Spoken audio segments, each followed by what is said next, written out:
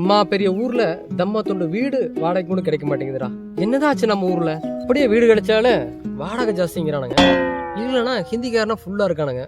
வந்து வாடகை ஜாஸ்தி பண்ணி விட்டானுங்கய்யா. கடைசியில் நம்மளுக்கு இருக்கிறக்கே வீடு இல்லை. கடைசி வீடு இதுதான். இந்த வீடும் இல்லைன்னா கடைசியில் ஊரை காலி பண்ணிட்டு தான் போகணும். அப்போ அப்பாடா வீடு வாடகைக்குன்னு போட்டிருக்காண்டா, கேட்டு பார்த்துருவோம். அண்ணா வணக்கங்கண்ணா. வீடு நல்லா இருக்குதுங்கண்ணா, சூப்பரா இருக்குங்கண்ணா. எப்படி ஒரு வீடு 1.5 கோடிக்கு போக முடியலங்கண்ணா?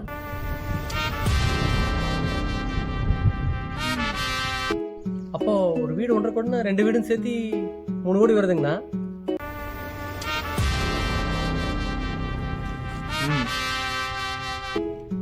ஒன்றும் இல்லைங்கண்ணா, வாடகை கேட்கறது தானே வந்தேங்கண்ணா வீடு. ஆனா நாங்க 5 பேர் தானுங்கண்ணா. வாடகை எவ்வளோங்கண்ணா வீடு?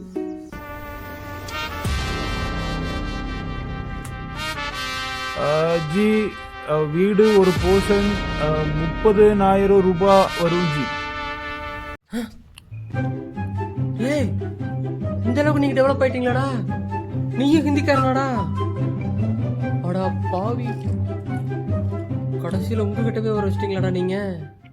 எப்படிடா இந்த அளவுக்கு? ஜி இது நம்மளுக்கு 2வது வீடு ஜி. முதல் வீடு அங்க கார்னர்ல இருந்துச்சு ஜி, அது நம்ம ஃபர்ஸ்ட் வீடு ஜி.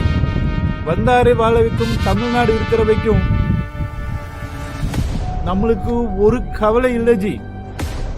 ஜி நம்ம இங்க வந்து 1 வருஷம் ஆச்சு ஜி. அந்த மெயின் ரோட்ல ஒரு பானிபூரி கடை இருக்குல்ல ஜி, அது நம்மளுதான் ஜி. வந்து போட்ட ஒரே வருஷத்துல நம்ம ஊழல் எடுத்துட்டோம் ஜி. இப்போ பாத்தீங்கன்னா பக்கத்துல ஒரு பில்டிங் ஆயிட்டு இருக்கு ஜி. கிணத்து கடவுல 2 பில்டிங் நம்மளுதான் ஜி. இது ஒரே வருஷத்துல 2 வீடா? டேய் நாங்க 40 வருஷமா இருக்கேன்டா, இன்னும் நான் வீடு தேடிட்டு இருக்கேன்டா வாடகைக்கு. நல்லா இருக்குடா டேய், நல்லா இருக்குடா.